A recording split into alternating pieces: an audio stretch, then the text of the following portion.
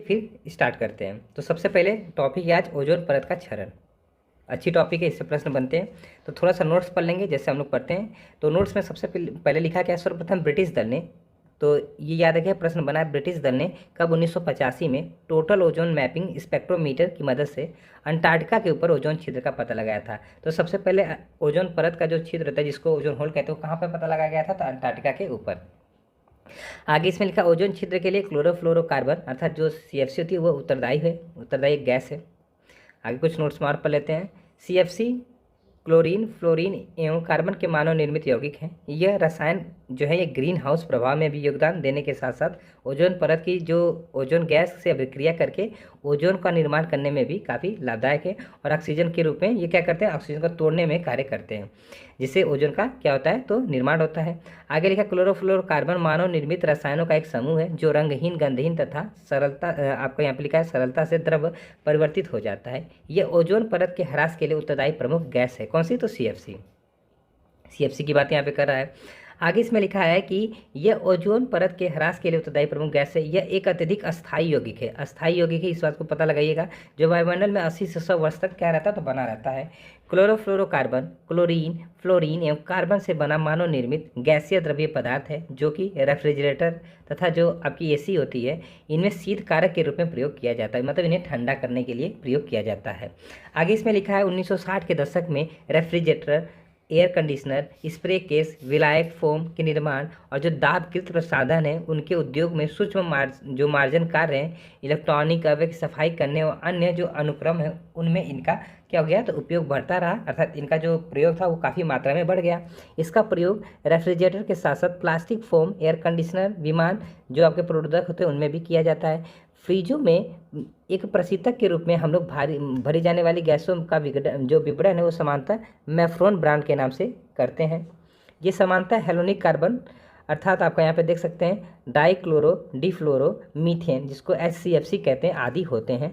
हालांकि अमोनिया भी एक जो प्रशीतक है उसके रूप में बड़े संयंत्रों में प्रयुक्त होती है।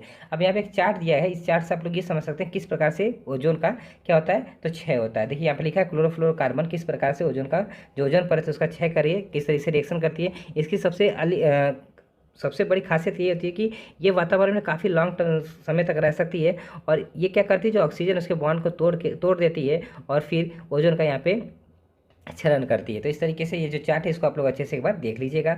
आगे इसमें कुछ चीज़ें हैं नहीं, बस अब हम लोग चलते हैं प्रश्न पे, क्योंकि प्रश्न यहाँ पे इंपॉर्टेंट चीज़ रखता है। देखिए वायुमंडल में ये थोड़ा सा पढ़ लेते हैं। वायुमंडल में उपस्थित ओजोन के क्षरण का क्लोरोफ्लोरोकार्बन एक प्रमुख कारक है। वायुमंडल के ध्रुवीय भागों में ओजोन का निर्माण धीमी गति से होता है। ये याद रखिएगा, जो वायुमंडल है उसमें जो ध्रुवीय भाग हैं, जो पोल वाला आपका रीजन है, वहाँ पे जो ओजोन है उसका निर्माण काफ़ी स्लो, मतलब काफ़ी धीमी गति से होता है। अतः ओजोन के क्षरण का प्रभाव सर्वाधिक ध्रुवों के ऊपर क्या होता है, परिलक्षित होता है। इसका मतलब क्या हुआ, तो सबसे ज़्यादा जो ओजोन है, मतलब कि मान लीजिए ये पृथ्वी हो गई, तो ओजोन जो लेयर है आपकी उसमें सबसे ज़्यादा जो क्षय होगा वो कहाँ देखने को मिलता है, तो हमें पोल पे देखने को मिलता है, पोल पे देखने को मिलता है। आगे इसमें लिखा है कि ध्रुवीय समतापीय मंडलीय बादलों की में उपस्थित नाइट्रिक अम्ल क्लोरोफ्लोरोकार्बन से अभिक्रिया कर क्लोरीन का निर्माण करता है, जो कि ओजोन परत के प्रकाश रासायनिक विनाश के लिए उत्तरदायी है। चूँकि ध्रुवीय समतापीय मंडल जो बादल हैं ऐसा माध्यम है जहाँ क्लोरीन यौगिक ओजोन परत का विनाश करने वाले क्लोरीन कणों में परिवर्तित हो जाते हैं, अतः ओजोन परत में छिद्र का निर्माण करने में इनकी उपस्थिति आवश्यक है। ध्यान देने बाद यहाँ पे बात यह है कि ओजोन छिद्र का सर्वाधिक निर्माण अंटार्कटिका अर्थात दक्षिणी ध्रुव के ऊपर पाया गया है। तो ये तो थोड़ा सा नोट्स हो गया, मतलब यहाँ पे हमें प्रश्न से है, तो प्रश्न हम लोग देखेंगे और उसको थोड़ा सा अच्छे से सॉल्व करेंगे। और अगर प्लीज़ अच्छे से और पढ़ना है तो एक बार इन्वायरमेंट इकोलॉजी का जो लेक्चर मैंने अपने यूट्यूब पर लिया है उसको देख लीजिएगा, बहुत ही अच्छे वे में मैंने वहाँ पे समझाया है, और आप लोग के प्रश्न गलत नहीं होंगे। और जो प्रश्न आपका पूछने का तरीका है, आप लोग जो यहाँ पे घटना चक्र पूर्वावलोकन हम लोग प्रश्न के माध्यम से हल कर लेते हैं। तो मैक्सिमम चीज़ें मैं करा रहा हूँ ताकि आप लोग का प्री इस बार श्योर हो जाए। चलिए, तो इनमें से कौन सा क्लोरोफ्लोरोकार्बन के लिए सत्य नहीं है, आइए देख लेते हैं। तो ये ग्रीन हाउस प्रभाव में योगदान नहीं देती, यही बात यहाँ पे गलत है, क्योंकि ये ग्रीन हाउस गैस है, इस बात को याद रखिएगा। अगला है निम्न में से कौन सा तंत्र सही सुमेलित नहीं है। क्या बताना है यहाँ पे, कौन सा तंत्र आपका सही सुमेलित नहीं है। जैसे कि ग्रीन हाउस गैसेस है, उनके स्रोत है carbon dioxide thermal power station बता रहा है, क्लोरोफ्लोरोकार्बन ऑटोमोबाइल बता रहा है, नाइट्रस ऑक्साइड जलमग्न जो धान के खेत होते हैं, और सल्फर डाइऑक्साइड आपके ईंट के भट्टे होते हैं। इनमें बताना कौन एक सही सुमेलित नहीं होता है। तो देखिए क्लोरोफ्लोरोकार्बन बता रहा है ऑटोमोबाइल से, तो कभी भी क्लोरोफ्लोरोकार्बन ऑटोमोबाइल से नहीं निकलेगी, मतलब बी यहाँ पे क्या है तो रॉन्ग है। देखिए क्लोरोफ्लोरोकार्बन क्लोरीन, फ्लोरीन एवं कार्बन से बना मानव निर्मित गैसीय द्रव्य पदार्थ है, जो कि रेफ्रिजरेटर तथा जो एसी होती है उनमें शीत कारक के रूप में प्रयोग किया जाता है। वायुमंडल में उपस्थित ओजोन क्षरण का क्लोरोफ्लोरोकार्बन एक प्रमुख कारक है। अगला, ओजोन छिद्र के लिए कौन सा उत्तरदायी है? तो इनमें से देखा CO2 तो होगा नहीं, SO2 भी नहीं होगा। यहाँ पे देखिए कहीं CFC लिखा होगा जरूर, तो यहाँ पे CFC लिखा है, ये CFC आपका सही जवाब हो जाएगा। अगला है कि ओजोन छिद्र का कारण है, तो ओजोन छिद्र का कारण अगर देखा जाए तो इसमें से क्लोरोफ्लोरोकार्बन हो जाएगा। निम्नलिखित में से कौन सी गैस ओजोन परत के ह्रास के लिए उत्तरदायी है? तो फिर से वही प्रश्न है, तरीका अलग है, तो क्लोरोफ्लोरोकार्बन हो जाएगा। निम्नलिखित में से कौन सी गैस ओजोन परत के अवक्षय के लिए उत्तरदायी है? फिर से वही प्रश्न है, क्लोरोफ्लोरोकार्बन। और देखिए कितने एग्जाम में आया हुआ है। ओजोन परत को सर्वाधिक नुकसान पहुंचाने वाला प्रदूषक कौन सा है? तो फिर से CFC हो जाएगा, क्लोरोफ्लोरोकार्बन हो जाएगा। वायुमंडल में निम्न में से किस एक की उपस्थिति से ओजोन आपका ओजोनोस्फीयर है में ओजोन परत का क्षरण होता है? तो फिर से वही प्रश्न है, क्लोरोफ्लोरोकार्बन। आइए अब वैसा प्रश्न होगा तो हम लोग नहीं सॉल्व करेंगे, क्योंकि हमें एक ही जैसा प्रश्न बार बार नहीं देखना है। निम्नलिखित में से कौन एक ओजोन परत की क्षीणता के लिए उत्तरदायी नहीं है? इनमें से आपका उत्तरदायी नहीं है। तो देखिए विलायक के रूप में प्रयुक्त जो मेथिल क्लोरोफॉर्म है ये उत्तरदायी नहीं है, बल्कि आपके जो A, C और D हैं ये सब रिस्पॉन्सिबल है। तो थोड़ी सी व्याख्या पढ़ देते हैं। व्याख्या अगर हम पढ़ें यहाँ पे, तो वायुमंडल में विद्यमान ओजोन परत सूर्य से आने वाली जो हानिकारक आपकी UV रेज होती है, पराबैंगनी किरणें, उनको रोकने का कार्य करती है। इनसे पृथ्वी पर जीवन की सुरक्षा होती है। ओजोन परत की क्षीणता के लिए उत्तरदायी गैसें आपकी CFC है, हैलोजन्स है, नाइट्रस के ऑक्साइड है, फिर आपका ट्राइक्लोरो एथिलीन है, और हैलोन 1211 है, 1301 है। ये सब याद रखिएगा, कभी कभार प्रश्न बनते हैं। ग्रीन हाउस कह रहा है कि निम्न ग्रीन हाउस गैसों में से ऐसी कौन है जिसके द्वारा ट्रोपोस्फीयर में ओजोन प्रदूषण नहीं होता है? तो अब ये सी बात है, कार्बन मोनोऑक्साइड हो जाएगी, यहाँ पे सही है। देखिए ट्रोपोस्फीयर में ओजोन प्रदूषण के लिए उत्तरदायी ग्रीन हाउस गैसें आपकी जलवाष्प है, कार्बन डाइऑक्साइड है, मीथेन है, ओजोन है, नाइट्रस ऑक्साइड है तथा क्लोरोफ्लोरोकार्बन है। व्याख्या को थोड़ा ध्यान से आप लोग पढ़ सुनिएगा। आगे लिखा, ओजोन छिद्र का निर्माण सर्वाधिक है, तो ओजोन छिद्र का निर्माण सर्वाधिक होता है अंटार्कटिका में, अर्थात आपका C आंसर हो जाएगा। यहाँ पे कथन वाले प्रश्न आ गए, कह रहा निम्न कथनों पर विचार कीजिए। क्लोरोफ्लोरोकार्बन जो ओजोन ह्रास पदार्थों के रूप में चर्चित है, उनका प्रयोग होता है तो शुष्क फोम के निर्माण में होता है, ट्यूबलेस जो टायर है उनके निर्माण में होता है, कुछ विशिष्ट इलेक्ट्रॉनिक अवयव की सफाई करने में होता है, एरोसोल कैन में दाबकारी जो एजेंट है उनके रूप में होता है। तो अगर देखा जाए इनमें से तो C आपका ऑप्शन सही है। यहाँ पे थोड़ी सी हम व्याख्या पढ़ देते हैं। तो 1960 के दशक में refrigerator, air conditioner, spray case, विलायक, फोम का निर्माण, साथ साथ जो दाबकृत प्रसाधन है, उद्योगों में सूक्ष्म जो मार्जन कार्य, उनमें इलेक्ट्रॉनिक अवयव की सफाई करने और अन्य अनुप्रयोगों में क्लोरोफ्लोरोकार्बन का उपयोग बढ़ता जा रहा है। इस तरीके से आप लोग देख सकते हैं कि क्या यहाँ पे सही जवाब हो जाएगा। अगला प्रश्न है, अंटार्कटिका के क्षेत्र में ओजोन छिद्र का बनना चिंता का विषय है। इस छिद्र में के बनने का संभावित कारण क्या है? तो इसका संभावित कारण देखा जाए तो ये होता है कि विशिष्ट ध्रुवीय वाताग्र तथा समतापीय मंडल, जो समतापीय मंडलीय बादल होते हैं, उनकी उपस्थिति तथा क्लोरोफ्लोरोकार्बन का अंतर प्रभाव होता है। आइए थोड़ी सी व्याख्या देख लेते हैं। तो ध्रुवीय समतापीय मंडलीय बादल में उपस्थित नाइट्रिक अम्ल क्लोरोफ्लोरोकार्बन से अभिक्रिया कर क्लोरीन का निर्माण करता है, जो कि ओजोन परत के प्रकाश रासायनिक विनाश के लिए उत्तरदायी है। चूंकि ध्रुवीय समतापीय मंडल बादल ऐसा माध्यम है जहां क्लोरीन यौगिक ओजोन परत का विनाश करने वाले क्लोरीन कणों में परिवर्तित हो जाते हैं, अतः ओजोन परत में छिद्र का निर्माण करने में इनकी उपस्थिति आवश्यक है। तो यहाँ से आप लोग देख सकते हैं। चलिए अगला प्रश्न देखते हैं हम लोग।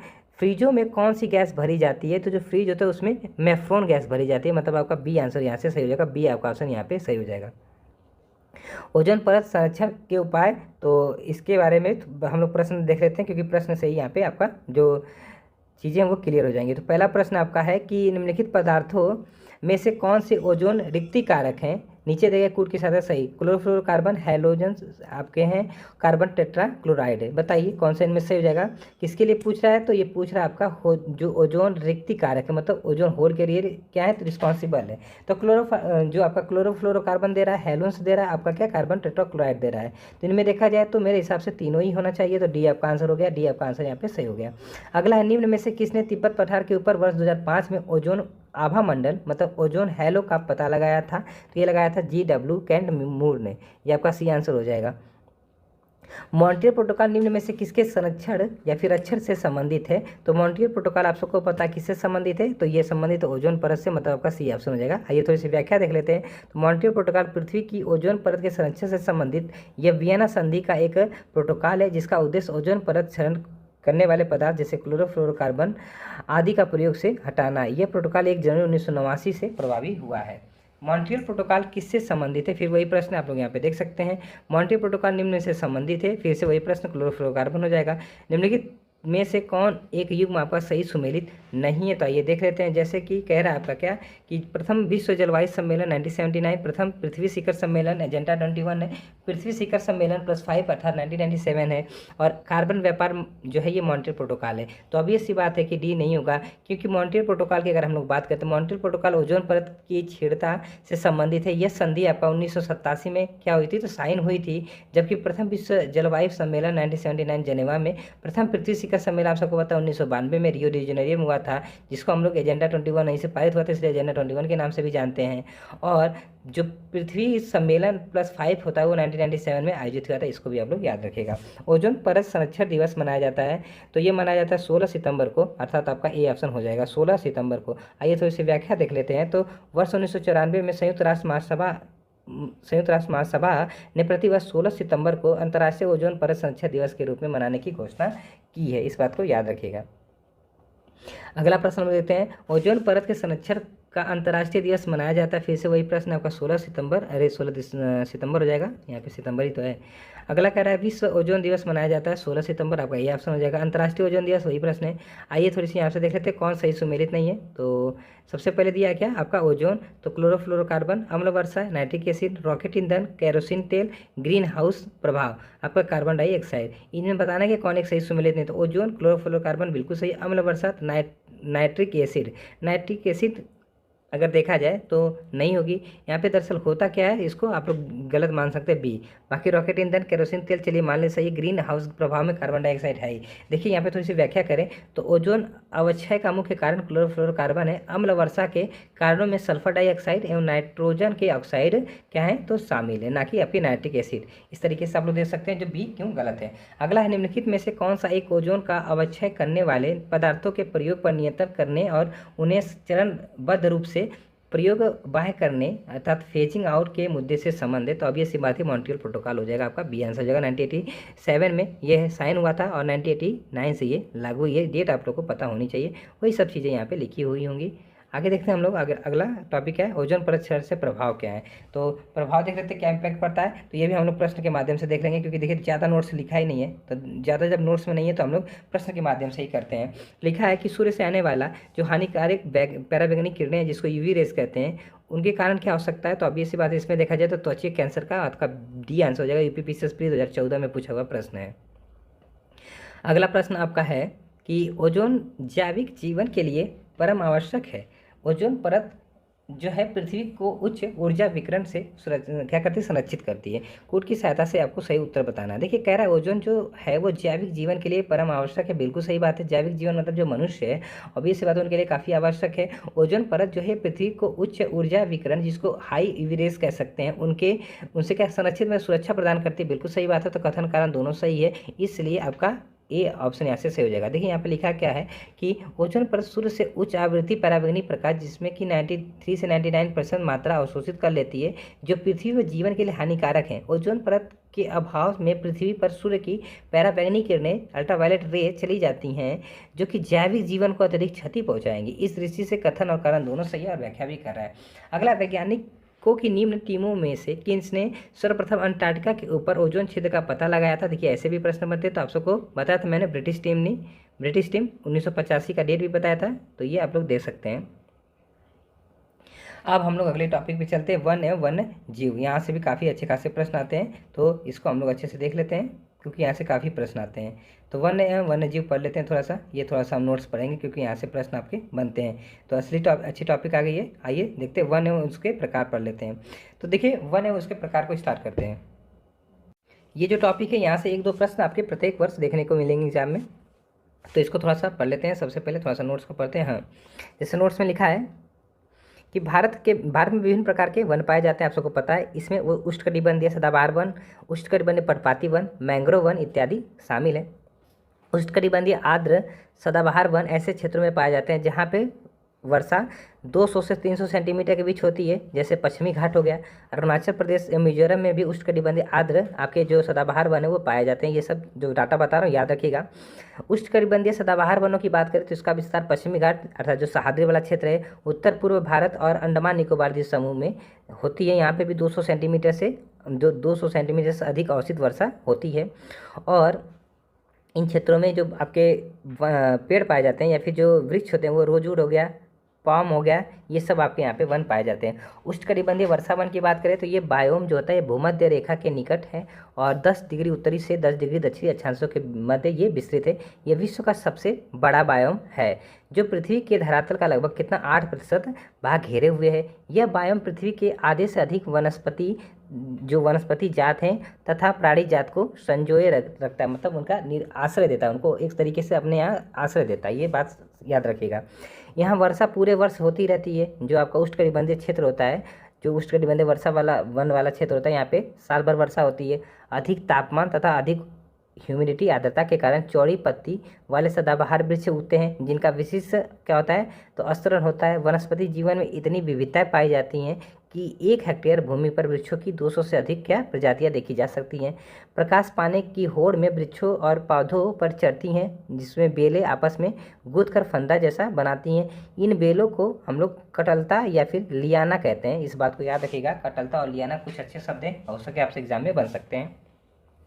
सभी ज्ञात कीटों की प्रजातियों में से लगभग 70 से 80% जो कीट हैं वो उष्णकटिबंधीय वर्षा वनों में ही मिलते हैं। यहाँ पशु जीवन का बहुयाल्य और उसमें काफ़ी भिन्नता भी देखने को मिलती है। इनमें भूमि पर तथा वृक्षों पर रहने वाले दोनों प्रकार के जीव शामिल होते हैं।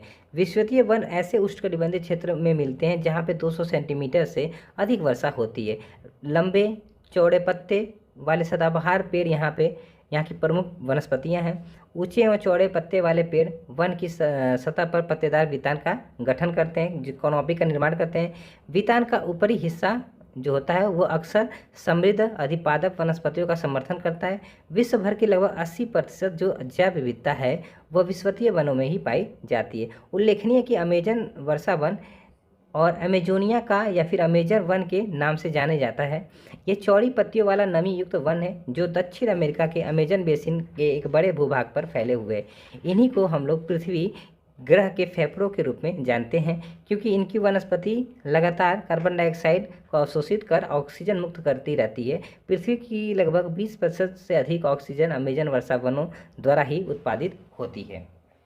सभी इंपॉर्टेंट फैक्ट बता रहा हूँ आपको, इनको अगर नोट करना चाहते हैं आप लोग नोट कर सकते हैं वीडियो को थोड़ा सा स्लो करके, और अगर ऐसे ही देख रहे हैं तो और अच्छा ही है। चलिए, पेड़ पौधे और जंतुओं की सर्वाधिक विविधता उष्णकटिबंधीय आर्द्र जो आपके वन होते हैं वहाँ पे पाए जाते हैं। उष्णकटिबंधीय आर्द्र पर्णपाती वन की बात करें तो ऐसे क्षेत्र में पाए जाते हैं जहाँ पे वर्षा 100 से 200 सेंटीमीटर के मध्य होती है।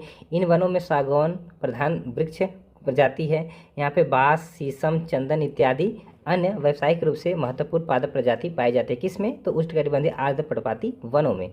आगे इसमें लिखा है कि यहाँ पे ध्यातोत यह है कि पूर्वी दक्कन पठार में प्रमुखतः शुष्क आर्द्र सदाबहार वन पाए जाते हैं, न कि आर्द्र वन पाए जाते हैं, जबकि हिमाचल प्रदेश में मुख्यतः उष्णकटिबंधीय नम पर्णपाती वन, उष्णकटिबंधीय शुष्क पर्णपाती वन आदि वन पाए जाते हैं। सूखे पर्णपाती वनों का विस्तार गुजरात, जो सूखे पर्णपाती वन है उनका विस्तार देखा जाए तो गुजरात में है, राजस्थान में, मध्य प्रदेश के क्षेत्र में। उष्णकटिबंधीय पर्णपाती वनों को मानसूनी वन भी कहते हैं। तो जो उष्णकटिबंधीय आपके पर्णपाती वन होते हैं जो एक साल भर में एक बार पत्तियां गिरा देते हैं उनको हम लोग मानसूनी वनों के नाम से भी जानते हैं। यह साधारणतः भारत, म्यांमार, थाईलैंड तथा दक्षिण पूर्व एशिया के अन्य क्षेत्रों में पाए जाते हैं। इन वनों में उगने वाले वृक्ष चौड़ी पत्ती वाले पर्णपाती मतलब वर्ष में एक बार पत्ती वही गिराने वाले होते हैं। उपोष्णकटिबंधीय वन उत्तरी पश्चिमी अर्थात कश्मीर को छोड़कर खासी पहाड़ियाँ, नागालैंड, मणिपुर में पाए जाते हैं। चीड़ इन वनों में मुख्य वृक्ष यहाँ पे लिखा उपोष्णकटिबंध। देखिए उपोष्णकटिबंध में चीड़ जो होता है एक प्रमुख वन है, परंतु अधिक आर्द्रता वाले भागों में बांज या फिर ओक जैसे चौड़ी पत्ती वाले वृक्ष भी देखे जाते हैं। इनके अलावा बुरुंस हो गया या फिर रोडोडेंड्रॉन हो गया जैसी झाड़ियाँ भी पाई जाती हैं। तो बुरुंस और रोडोडेंड्रॉन क्या है? झाड़ियाँ हैं। आगे लिखा जाए चंदन उष्णकटिबंधीय पर्णपाती वृक्ष है। देखिए चंदन जो होता है ये उष्णकटिबंधीय पर्णपाती वृक्ष है, अतः यह हिमालय क्षेत्र में नहीं पाया जाता, इस बात को याद रखिएगा। अतः यदि आप हिमालय से होकर यात्रा करते हैं तो आपको वहाँ बाँस एवं बुरुश जैसी पादपों की प्रकार जो प्रकृति है रूप में उगते हुए देखने की संभावना है, परंतु चंदन वृक्ष वहाँ पे आपको नहीं दिखेगा। वहीं बात करें रेड सैंडर्स की, जिसको लाल चंदन कहते हैं, दक्षिण भारत के उष्णकटिबंधीय शुष्क पर्णपाती वनों में पाए जाने वाली वृक्ष की एक प्रजाति है।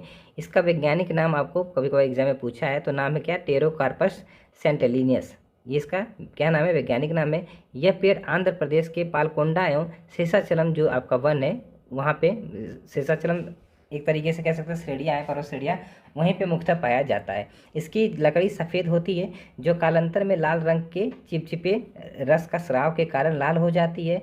भारत इसका निर्यात मुख्यतः चीन को, जापान को करता है। इस वृक्ष का प्रयोग आयुर्वेद व सिद्ध दवाइयों को बनाने में या फिर पूजा सामग्री जो होती है उस पूजा सामग्री हो, जो पारंपरिक खेल खिलौने हैं उनको बनाने में इसका क्या होता है, तो प्रयोग किया जाता है। उल्लेखनीय है कि टेक्सास वृक्ष हिमालय में प्राकृतिक रूप से पाया जाता है। जो टेक्सास वृक्ष है ये रेड डाटा बुक में सूचीबद्ध है। टेक्सास वृक्ष की बात करें तो ये टेक्सॉल नामक औषधि प्राप्त की जाती है। टेक्सास वृक्ष से टेक्सॉल नामक एक औषधि बनाई जाती है जो विशेषतः इसके लिए तो कैंसर के प्रति प्रभावी होती है, परंतु इसका प्रयोग पार्किंसन रोग या फिर जो पीढ़ी है जिसको हम लोग केंद्रीय तंत्रिका तंत्र का रोग कहते हैं उसके विरुद्ध भी किया जाता है। अंडमान एवं निकोबार द्वीप समूह में मैंग्रोव वन, सदापर्णी वन और पर्णपाती वन तीनों ही पाए जाते हैं, तो इस बात को याद रखिएगा। ये बहुत इंपॉर्टेंट डाटा मैं बता रहा हूँ। जो अंडमान निकोबार द्वीप समूह है वहाँ पे 3 प्रकार के वन पाए जाते हैं, जैसे मैंग्रोव वन भी पाए जाते हैं, सदापर्णी वन पाए जाते हैं, पर्णपाती वन भी पाए जाते हैं। अब भारत वन स्थिति रिपोर्ट 2021 के अनुसार अगर हम लोग बात करें तो जानते हैं आप लोग 2021 की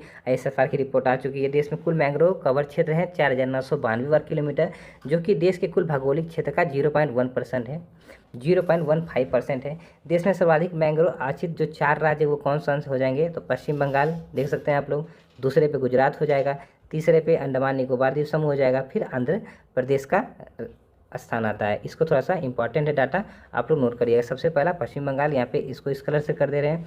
दूसरा है यहाँ पे गुजरात है, यहाँ पे नोट्स कर सकते हैं। तीसरा अगर हम लोग देखें तो तीसरा आपका यहाँ पे क्या हो गया, तो अंडमान निकोबार द्वीप समूह और फिर आंध्र प्रदेश है। चलिए कुछ आगे और देख लेते हैं। आगे लिखा है मैंग्रोव वनावरण में सर्वाधिक वृद्धि दर्ज करने वाले 3 राज्य, ये प्रश्न बना है। तो मैंग्रोव वनावरण में सर्वाधिक वृद्धि करने वाले 3 राज्य कौन से हैं, तो उड़ीसा है, लगभग 8 वर्ग किलोमीटर की वृद्धि किया है। फिर महाराष्ट्र 4 वर्ग किलोमीटर की, कर्नाटक लगभग 3 वर्ग किलोमीटर की वृद्धि किया है। तो थोड़ी मैंग्रोव की बात कर लेते हैं। ये सब डाटा जो बता रहा हूँ ना आप लोग प्लीज़ नोट कर लीजिएगा, ऐसे ही प्रश्न बनेंगे। मैंग्रोव की बात करें तो जो मैंग्रोव है देखिए, उष्ण और उपोष्ण कटिबंध क्षेत्रों में समुद्र तटों के लवणीय जो जल है उसमें उगने वाला वन होता है। प्रश्न आपसे फंसाता है कि जो मैंग्रोव केवल उष्ण कटिबंधीय क्षेत्रों में पाया जाता है, नहीं भैया, उपोष्ण कटिबंधीय क्षेत्रों में भी ये पाया जाता है, इस बात को याद रखिएगा। आगे लिखा है ये वन जैव विविधता के संरक्षक होने के साथ साथ समुद्र और तट के बीच महत्वपूर्ण कड़ी का काम करता है। तट को समुद्र की ओर से आने वाली जो तीव्र लहरें हैं उनके विनाश से बचाता है। इस प्रकार ये तट रेखा को स्थिर रखने में तथा समुद्र द्वारा कटाव से रक्षा प्राचीर का कार्य करता है, इसलिए इन्हें हम लोग अति विशिष्ट पारिस्थितिकीय निकाय मानते हैं। मैंग्रोव की बात करें, यहीं पे मैंग्रोव की अगर हम लोग और बात करें, इसको गरान के नाम से भी जानते हैं, एक नया नाम है गरान। वन, सुनामी और चक्रवात जैसे तटीय जो आपदाएं इनके विरुद्ध विश्वसनीय सुरक्षा बाड़े का कार्य करते हैं। ये वृक्ष अपनी सघन जड़ों के कारण तूफान और ज्वार भाटे से नहीं उखड़ते। उड़ीसा तट बंगाल की खाड़ी में उठने वाले चक्रवातों से सर्वाधिक प्रभावित राज्य है। यहाँ चक्रवातों के आने की बारंबारता जो है वो अन्य राज्यों की अपेक्षा काफ़ी अधिक है। मैंग्रोव वन जो होता है ये चक्रवात अवरोधक के रूप में कार्य करते हैं। हालांकि हाल ही के दिनों में देखा जाए तो महानदी डेल्टाई क्षेत्र में मैंग्रोव वनों का क्या हुआ, निर्वनीकरण हुआ है, जिससे चक्रवातों में होने वाले नुकसान में वृद्धि हुई है। ज्वारीय वन डेल्टा प्रदेशों तथा समुद्र के ज्वार वाले भागों में होते हैं। इन्हें मैंग्रोव वनस्पति के नाम से भी जाना जाता है। मैंग्रोव वनस्पति का सर्वाधिक क्षेत्र सुंदरवन डेल्टा में पाया जाता है। यहाँ के वनों में सुंदरी वृक्ष विशेष रूप से उल्लेखनीय है। और आप लोग यहाँ पे देख सकते हैं, उल्लेखनीय कि भीतर कनिका गरान उड़ीसा के केंद्रपाड़ा जिले में ब्राह्मणी वैतरणी महानदी डेल्टा क्षेत्र में स्थित है। यह मैंग्रोव वनों के लिए प्रसिद्ध है। यह एक रामसर स्थल है जो कि 2002 में घोषित किया गया था। रामसर जो है ये ईरान में स्थित एक शहर था जहाँ पे 2 फरवरी 1971 को आर्द्र भूमि पर एक अभिसमय अर्थात कन्वेंशन हुआ था या फिर उसको अपनाया गया था, और तभी से प्रत्येक वर्ष 2 फरवरी को हम लोग विश्व जो आर्द्र भूमि दिवस होता है वो सेलिब्रेट करते हैं। यहीं पे आगे लिखा है गोवा का जो चेराव द्वीप है वो पूरी तरह से कैसा है, तो कच्छ वनस्पति का संरक्षित कच्छ वनस्पति का क्षेत्र है। तो यहाँ पे हम लोगों ने नोट्स पढ़ लिया। अब हम लोग थोड़ा सा क्या पढ़ेंगे, तो अब हम लोग थोड़ा सा पढ़ेंगे यहाँ से प्रश्न, क्योंकि प्रश्न भी काफ़ी इंपॉर्टेंट है। तो पहला प्रश्न है, निम्नलिखित में से कहाँ सदाबहार वन पाए जाते हैं। आइए प्रश्न के माध्यम से काफ़ी अच्छे खासे प्रश्न होंगे इसमें। तो कहाँ पे सदाबहार वन पाए जाते हैं देख सकते हैं। तो यहाँ पे जो पश्चिमी घाट है वहाँ पे सदाबहार वन पाए जाते हैं। क्यों पाए जाते हैं, क्योंकि यहाँ पे 200 सेंटीमीटर से अधिक की वर्षा होती है, इस बार को याद रखिएगा। और इस क्षेत्र में पाए जाते हैं, ये जो उत्तरी पूर्वी क्षेत्र है आपका। अगला प्रश्न हम देखते हैं आगे। अगला प्रश्न क्या लिखा है यहाँ पे। प्रश्न है कि निम्नलिखित में से कौन सी विश्वतीय वनों की अद्वितीय विशेषताएं या फिर विशेषताएं हैं। अच्छा प्रश्न है। जैसे ऊंचे घने वृक्ष की विद्यमानता, जिनके किरीट निरंतर वितान बनाते हैं, बहुत सी जातियों का सब अस्तित्व होता है, अधिपादपों की असंख्य किस्मों की विद्यमानता यहाँ पे पाई जाती है। तीनों ही कथन बिल्कुल सही है। यहाँ पे डी आंसर हो जाएगा। थोड़ी सी व्याख्या पढ़ लें ताकि आगे ऐसे प्रश्न आए तो आप व्याख्या ना पढ़ें। विश्वतीय वन ऐसे उष्णकटिबंधीय क्षेत्रों में मिलते हैं जहाँ पे 200 सेंटीमीटर से अधिक वर्षा होती है, लंबे चौड़े पत्ते होते हैं और सदाबहार पेड़ यहाँ की जो प्रमुख वनस्पतियाँ हैं वो पाई जाती हैं। ऊंचे और चौड़े पत्ते वाले पेड़ वन की सतह पर पत्तेदार वितान का गठन करते हैं। वितान का ऊपरी हिस्सा अक्सर समृद्ध अधिपादक वनस्पति का समर्थन करता है। विश्व भर की लगभग 80% जो जैव विविधता है वो इन्हीं वनों में आपको देखने को मिलती है। चलिए कुछ आगे और देख लेते हैं प्रश्न। कह रहा निम्नलिखित राज्यों पर विचार कीजिए, अरुणाचल प्रदेश, हिमाचल प्रदेश, मिजोरम। उपरोक्त में से आपको बताना क्या है, एक सेकेंड। हाँ, उष्णकटिबंधीय आर्द्र आपके सदापर्णी वन कहाँ मिलेंगे ये बताना है आपको। तो आइए देख लेते हैं। तो इसमें अगर देखा जाए तो अरुणाचल प्रदेश में मिलेंगे, मिजोरम में मिलेंगे, हाँ हिमाचल में नहीं। 1-3 आंसर हो जाएगा आपका। 1-3 आपका आंसर यहाँ से सी आंसर हो जाएगा। अगर निम्नलिखित में से किस प्रकार के वनों में अधिकतम पादप विविधता पाई जाती है, वही प्रश्न है। फिर से आप लोग आसानी से टिक लगा सकते। उष्णकटिबंधीय सदाबहार वन आपका डी आंसर हो जाएगा। अगला कह रहा है आपका कि पेड़ पौधे एवं जंतुओं की सर्वाधिक विविधता पाई जाती है। तो उष्णकटिबंधीय जो सदाबहार वन है, या फिर यहाँ पे देखिए ऑप्शन चेंज किया है। उष्णकटिबंधीय सदाबहार वन जो 2 प्रकार के होते हैं, एक शुष्क होता है और एक आपका, एक सेकेंड अभी इसको आगे बताएंगे, अभी बताएंगे तो कन्फ्यूजन हो जाएंगे। फिलहाल यहाँ पे देखिए पेड़ पौधे और जंतुओं की सर्वाधिक विविधता कहाँ पाई जाती है, उष्णकटिबंधीय आर्द्र जो वन है वहाँ पे पाए जाते हैं। चलिए आगे देखते हैं। निम्नलिखित में से किस पारिस्थितिकी तंत्र में पौधे का जैविक पदार्थ अधिकतम होता है। निम्नलिखित में से किस पारिस्थितिकी तंत्र में पौधे का जैविक पदार्थ जो होता है वो अधिकतम होता है। तो ऑब्वियस सी बात है उष्णकटिबंधीय वर्षा वन वालों में। जो नोट्स में सब कुछ वही चीज़ें लिखी गई हैं, प्रॉपर आप लोग देखते चलिए बस। भारत में निम्नलिखित में से किस एक वन प्रारूप में सौगन जो टीक होता है के प्रभावित वृक्ष स्पेसीज पाए जाते हैं। तो ये उष्णकटिबंधीय जो आपका आर्द्र पर्णपाती वन हो जाएगा। यहाँ पे देखिए उष्णकटिबंधीय, अगर हम लोग बात करें, यहाँ लिखा उष्णकटिबंधीय आर्द्र पर्णपाती वन ऐसे क्षेत्र में पाए जाते हैं जहाँ पे वर्षा 100 से 200 सेंटीमीटर के मध्य होती है। और इन वनों में सौगन जो सागौन है आपका, सागौन है सॉरी, वो वृक्ष अधिक मात्रा में पाया जाता है। या फिर प्रधान वृक्ष है यहाँ पे बाँस, शीशम, चंदन आदि भी पाए जाते हैं जो कि व्यावसायिक रूप से काफ़ी महत्वपूर्ण प्रजातियों में आते हैं। भारत के किस राज्य में सौगन के वन सर्वाधिक हैं। तो यहाँ से देखा जाए तो एमपी हो जाएगा, मतलब मध्य प्रदेश आपका क्षेत्र होना चाहिए। आगे कह रहा भारत में मैंग्रोव अर्थात ज्वारीय वनस्पति मुख्यतः पाई जाती है। कहाँ पे पाई जाती है, तो सुंदरबन में पाई जाती है। थोड़ी सी व्याख्या देख लेते हैं। तो ज्वारीय वन डेल्टा प्रदेशों का तथा समुद्र के ज्वार भाले जो आपके भाग है उसमें पाए जाते हैं। इन्हें मैंग्रोव वनस्पति के नाम से भी जानते हैं। मैंग्रोव वनस्पति का सर्वाधिक क्षेत्र सुंदरबन डेल्टा में पाया जाता है। यहाँ के वनों में सुंदरी वृक्ष विशेष रूप से उल्लेखनीय है। भारत के निम्न स्थानों में से कौन सा स्थान मैंग्रोव वनस्पति के लिए प्रसिद्ध है। तो यहाँ से फिर से आसान सा प्रश्न है, आपका क्या हो जाएगा, सुंदरवन हो जाएगा।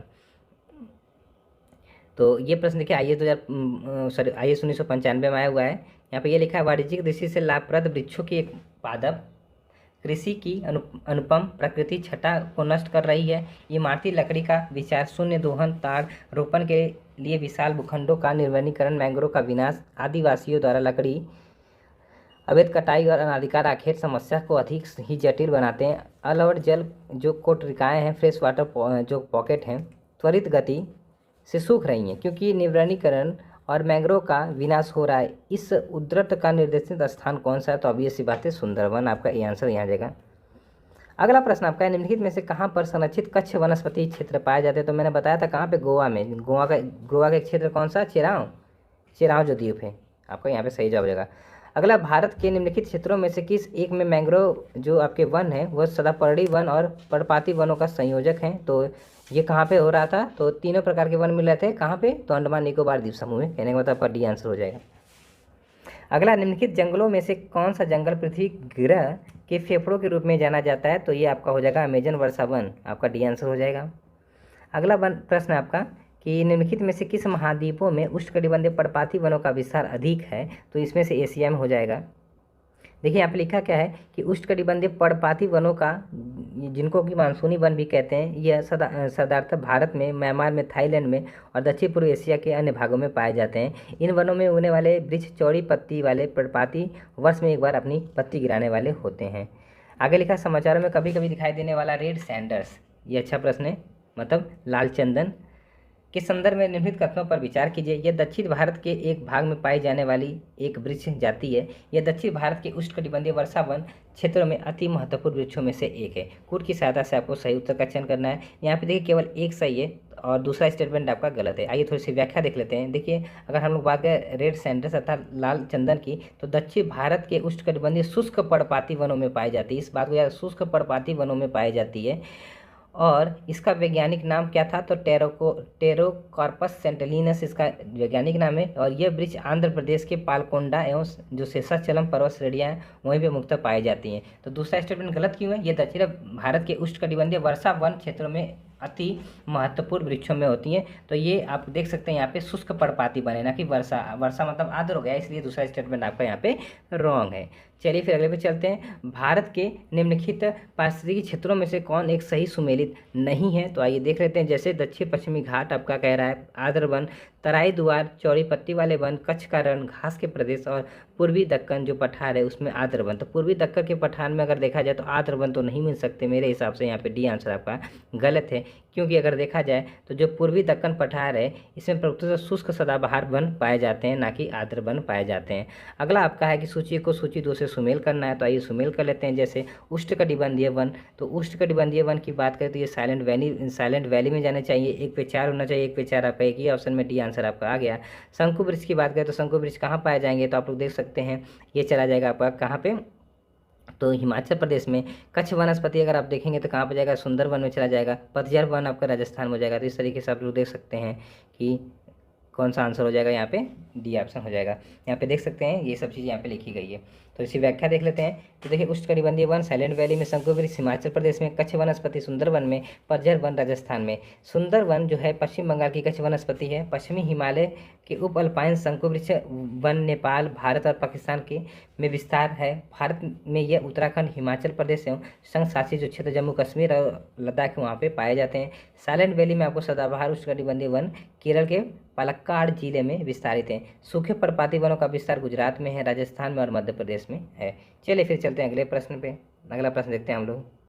चलिए फिर अगला प्रश्न देखते हैं हम लोग। ये प्रश्न, अगला प्रश्न देखते हैं। ये रहा प्रश्न है, कथन और कारण वाले हैं। कह रहा है उड़ीसा तट भारत में सर्वाधिक चक्रवात प्रवण क्षेत्र है। महानदी डेल्टा क्षेत्र में भारी मात्रा में मैंग्रोव का निर्वनीकरण हुआ है। कोड की सहायता से सही उत्तर का चयन करना है। तो यहाँ पे देखिए ये आपका आंसर सही है, कथन और कारण दोनों सही है। थोड़ा व्याख्या देख लेते हैं। तो देखिए, उड़ीसा तट बंगाल की खाड़ी में उठने वाले चक्रवातों से सर्वाधिक प्रभावित राज्य है। यहाँ चक्रवातों के आने की बारंबारता अन्य राज्यों की अपेक्षा काफ़ी अधिक है, इसलिए कथन सही है। और कारण देख लेते हैं। मैंग्रोव वन जो है ये चक्रवात अवरोधक के रूप में कार्य करते हैं। हालांकि इन दिनों महानदी डेल्टाई क्षेत्र में मैंग्रोव वनों का निर्वनीकरण काफ़ी अधिक मात्रा में हुआ है, जिससे चक्रवातों से होने वाले नुकसान की वृद्धि हुई है। कह रहा भितरकनिका गरान के संदर्भ में निम्नलिखित कथनों पर विचार कीजिए। ये वंशधारा और स्वर्णरेखा नदी के डेल्टा में स्थित हैं। यह पश्चिमी बंगाल में अवस्थित हैं। कोड की सहायता से सही उत्तर का चयन करना। दोनों ही स्टेटमेंट आपके गलत हैं, क्योंकि इसके बारे में मैंने बताया था ये कौन से क्षेत्र में पड़ते हैं। तो आइए थोड़ी सी व्याख्या में देख लेते हैं और चीज़ें क्लियर हो जाएंगी। तो अगर हम व्याख्या देखें तो भितरकनिका गरान जो है ये उड़ीसा के केंद्रपाड़ा जिले में ब्राह्मणी और वैतरणी और महानदी डेल्टा के क्षेत्र में स्थित हैं। और यहाँ मैंग्रोव वन के लिए प्रसिद्ध है। ये मैंग्रोव वन के लिए प्रसिद्ध है और यह एक रामसर स्थल है जो कि 2002 में घोषित किया गया था।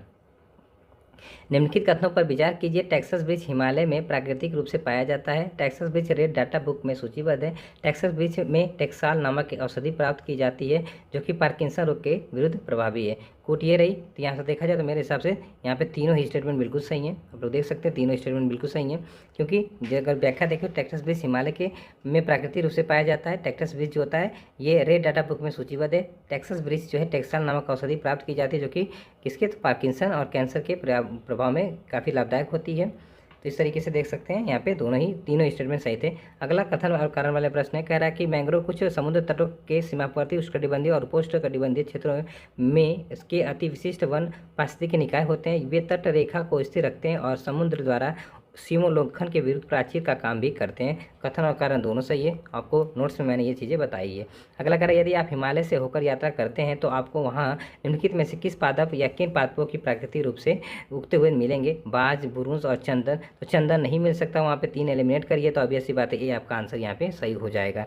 तो आप लोग देख सकते हैं कि अगर उपोष्णकटिबंधीय क्षेत्र मतलब उपोष्णकटिबंधीय वन उत्तर पश्चिमी कश्मीर को छोड़कर खासी पहाड़ी, नागालैंड, मणिपुर में पाए जाते हैं। चीड़ इन वनों का मुख्य वृक्ष है, परंतु अधिक आर्द्रता वाले भागों में यहाँ पे ओक जैसे चौड़ी पत्ते वाले वृक्ष भी देखने को मिलते हैं। इनके अलावा यहाँ पे बुरुंश और रेडोनस नामक की झाड़ियाँ भी मिलती हैं, इस बात को याद रखिएगा। जबकि जो चंदन है ये उष्णकटिबंधीय पर्णपाती वृक्ष है जो कि हिमालयी क्षेत्रों में नहीं पाया जाता, इस बात को याद कर रखिएगा।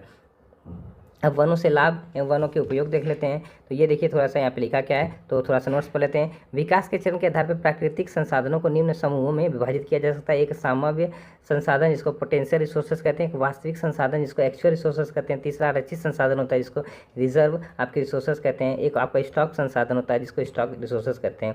संभाव संसाधन वे हैं जो एक क्षेत्र में स्थित हैं तथा भविष्य में भी प्रयोग में लाए जा सकते हैं, जबकि वास्तविक संसाधन वे हैं जिनका सर्वेक्षण किया गया हो तथा उनकी मात्रा एवं गुणवत्ता का पता लगाया गया है और जिनका वर्तमान समय में प्रयोग किया जा रहा हो।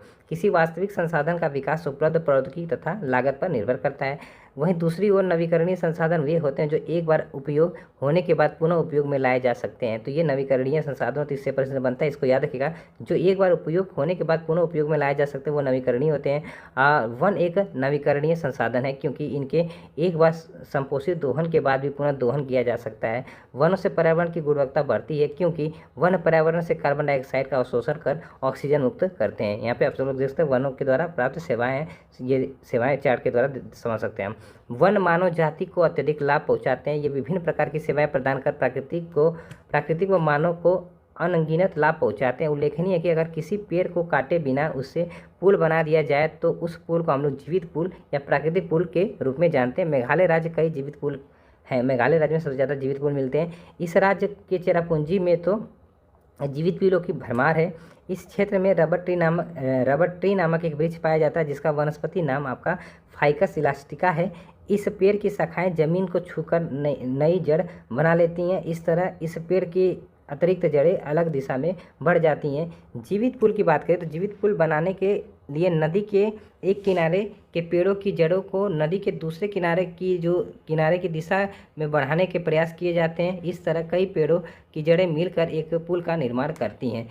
ध्यातव्य है कि एल्युमिनियम को इसके पर्यावरणीय हितैषी स्वरूप और नवीकरणीय योग्य होने के कारण भारी धातु कहा जाता है। ऐसा इसलिए है क्योंकि एल्युमिनियम को पुनर्चक्रित करने से ये एल्युमिनियम का उत्पादन करने के लिए आवश्यक ऊर्जा लगभग 95% बचाता है। उल्लेखनीय कि वर्तमान समय में वन मंत्रालय का पूरा नाम पर्यावरण, वन और जलवायु परिवर्तन मंत्रालय हो चुका है। आइए थोड़े से प्रश्न देख लेते हैं। कह रहा है वन नवीकरणीय संसाधन है, ये पर्यावरण की गुणवत्ता को बढ़ाते हैं। इस तरीके से देखा जाए तो यहाँ पे कथन सही है और कारण भी सही, लेकिन व्याख्या नहीं कर रहा है क्योंकि वन नवीकरणीय संसाधन है। क्योंकि वे पर्यावरण की गुणवत्ता बढ़ाते हैं? नहीं भैया, वन नवीकरणीय संसाधन इसलिए क्योंकि हम लोग एक बार प्रयोग करने के बाद दोबारा भी प्रयोग कर सकते हैं। इस तरीके से आप लोग देख सकते हैं, यहाँ पे बी आंसर हो जाएगा।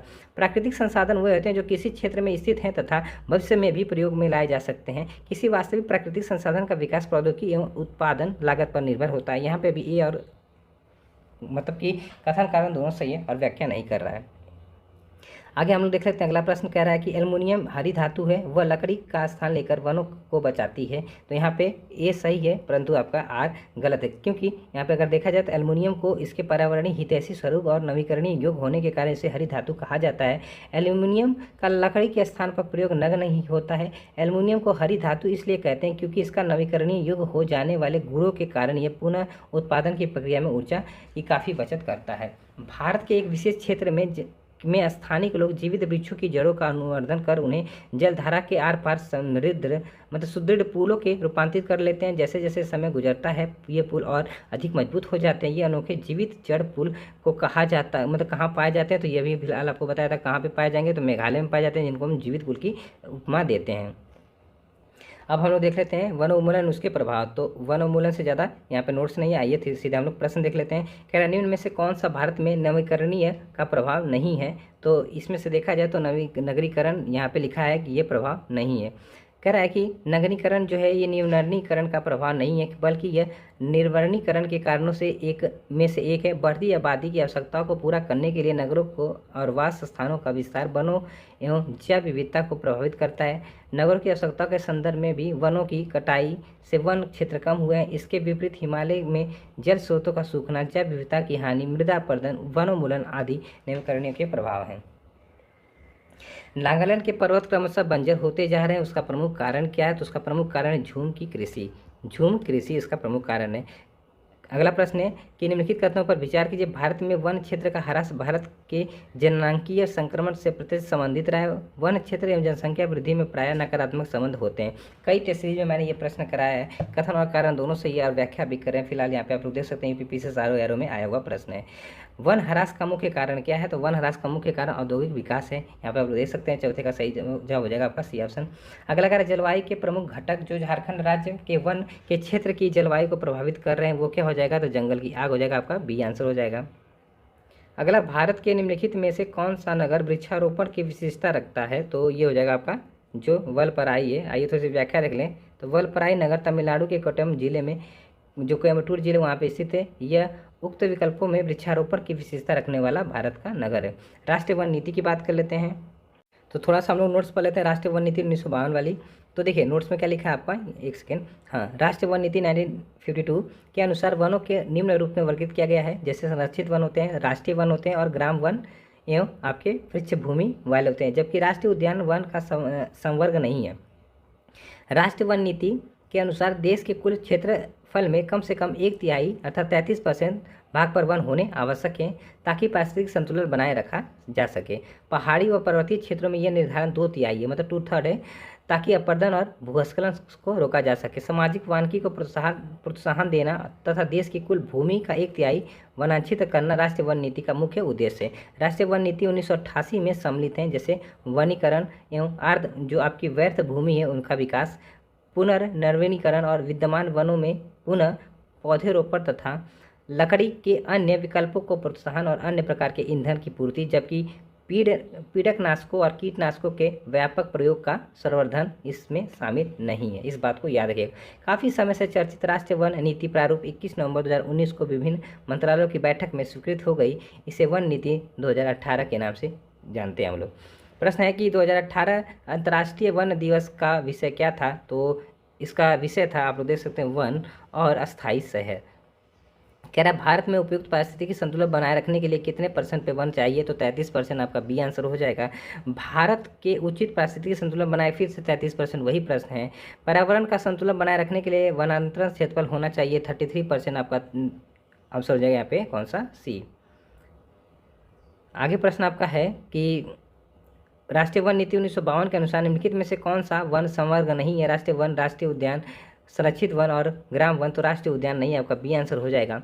कह रहा है निम्नलिखित कार्यक्रमों पर ध्यान दीजिए। वनीकरण और व्यर्थ भूमि विकास, पुनर्वनीकरण और विद्यमान वनों में पुनः पौधरोपण, लकड़ी के अन्य विकल्पों को प्रोत्साहन और अन्य प्रकार के ईंधन की पूर्ति, कीटक जो आपके कीट और कीटनाशक होते हैं उनसे होने वाले क्षय से वन क्षेत्र की हानि को रोकने के लिए कीटकनाशक और कीटनाशकों के व्यापक प्रयोग का संवर्धन। ये राष्ट्रीय वन नीति 1988 में सम्मिलित है। कौन कौन से देख सकते हैं। तो तीनों ही सम्मिलित है, चौथा आपका सम्मिलित नहीं है। तो चौथा जो सम्मिलित होगा 2018 के बारे में सम्मिलित हो जाएगा ना। चौथा आपका 1 2 3 यहाँ पे चौथा नहीं सम्मिलित है। तो इस व्याख्या देख लेते हैं। तो राष्ट्रीय वन नीति 1988 में सम्मिलित है। वनीकरण और व्यर्थ भूमि विकास, पुनः नवीनीकरण और विद्यमान वनों में पुनः पौधारोपण तथा तीसरा लकड़ी के अन्य विकल्पों को प्रोत्साहन और अन्य प्रकार के ईंधन, जबकि कीटनाशक और कीटनाशक व्यापक प्रयोग का संवर्धन इसमें शामिल नहीं है। देख सकते हैं राष्ट्रीय वन नीति के मुख्य उद्देश्य क्या थे। नीचे दिए कूट की सहायता से आपको चुनना है। तो इनमें देखा जाए तो आपका 2 और 3 हो जाएगा। 2 और 3 का मतलब क्या मुख्य उद्देश्य थे, तो सामाजिक वानिकी को प्रोत्साहन देना मतलब दूसरा था। और आपका तीसरा देश की कुल भौगोलिक जो भूमि है वहाँ पे 1/3 क्या करना, तो वृक्ष का उगाना, ये आपका सही हो जाएगा। अगला प्रश्न आपका है तो यहाँ पे भारत की वन स्थिति रिपोर्ट 2021 है, इसके बारे में हम लोग प्रश्न देख लेते हैं। फिलहाल इसको आप लोग क्या करिएगा, जब PDF मिलेगा पढ़ लेगा। वैसे भी मैंने इसको अपने चैनल पे पढ़ाया हुआ है, तो ये सब आप लोग यहाँ पे देख लीजिएगा एक बार। आइए थोड़ा सा हम लोग पढ़ लेते हैं यहाँ पे क्या, तो इसके जो प्रश्न उत्तर हैं।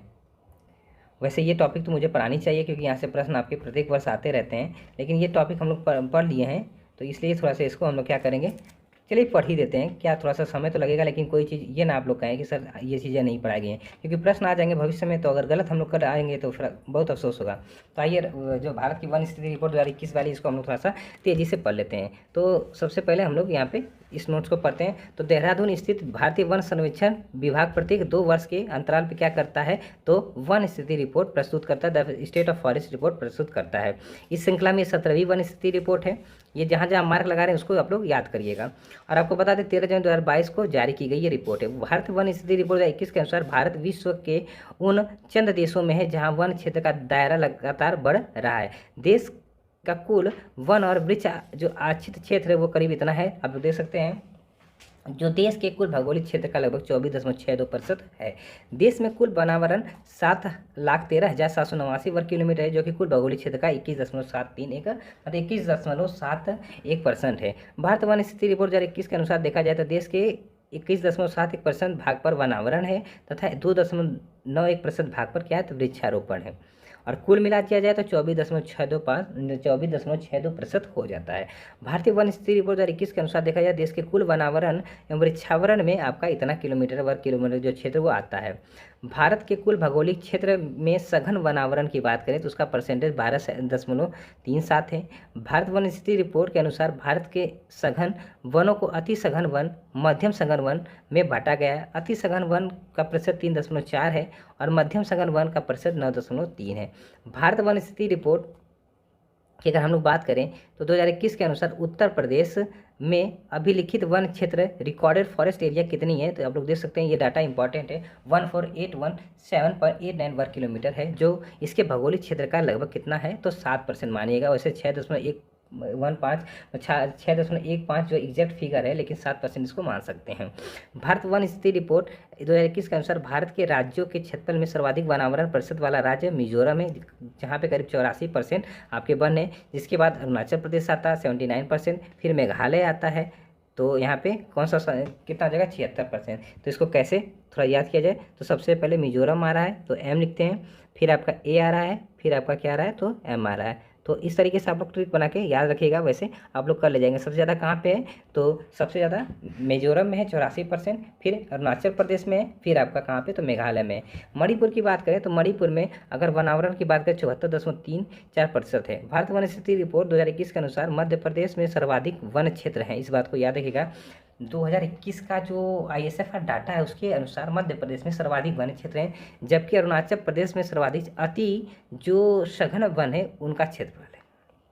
भारत का सर्वाधिक प्रतिशत की दृष्टि से वनाच्छित राज्य मिजोरम है और क्षेत्रफल की दृष्टि से सबसे कम वनाच्छित राज्य हरियाणा है, जबकि प्रतिशत के हिसाब से कितना है, तो 3.63% है।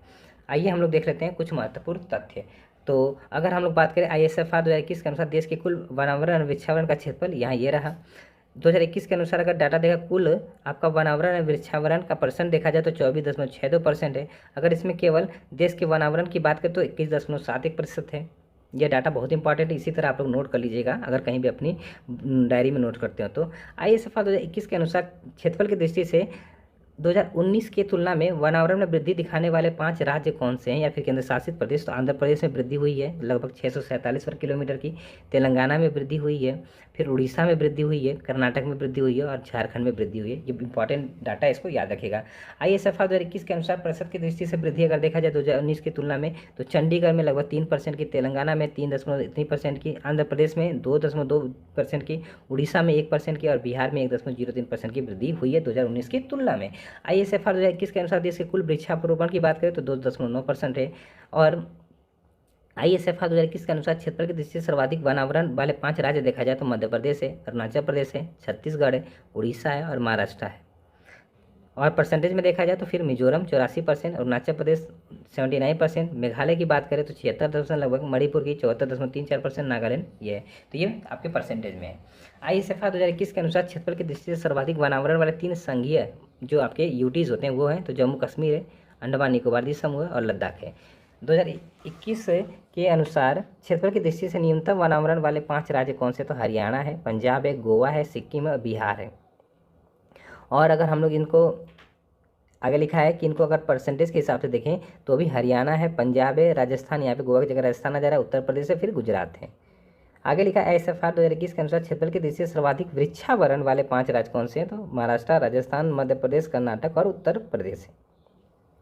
यही प्रतिशत में देखा जाए तो केरल, गोवा, छत्तीसगढ़, महाराष्ट्र और कर्नाटक आ जाते हैं।